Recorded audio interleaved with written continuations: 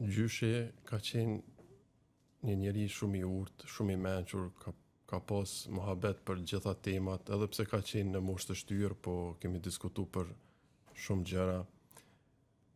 Gjithmonë, kur kemi ndajt, ka shpreh vullnetin e tij që gjithmonë ka dashur që Kosova të jetë e pavarur dhe të jetë e lirë siç është sot. Dhe gjithmonë më pyeste për babin, më pyeste për shokët e tij që janë atje, ka pas mërzi të madhe, sidomos këtë kohën e fundit që ka qenë smut.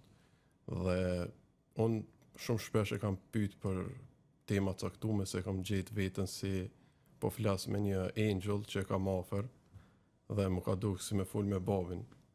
Dhe do ta kujtoj gjithmonë si një njeri shumë të urtë dhe të dashur që ka qenë shtylla e shtëpisë tonë dhe ka qenë një humbje tepër e madhe për të gjithë ne.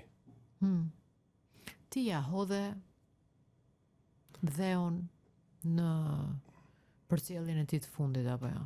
Po, unë ja hodha një grush dhej të drenicës mbi varrin e tij, po babi nuk mundi dhe kjo ka qenë një dhimbje tejet e madhe për të gjithë ne, sepse ishte diçka jo humane dhe çnjerëzore nga gjykata që nuk e lejuan të vinte dhe ta përcjellte gjyshin për... Hendri, po të erdhi të hedhësh 2 herë dhe si person që po ta hedh dhe për babin? Po, në ato momente gjithmonë mendja ime ka qenë vetëm te babi, se si po kalon këtë moment, si po ndjehet, dhe e di që ka qenë diçka tepër e vështirë për të dhe është diçka që na ka mundu shumë.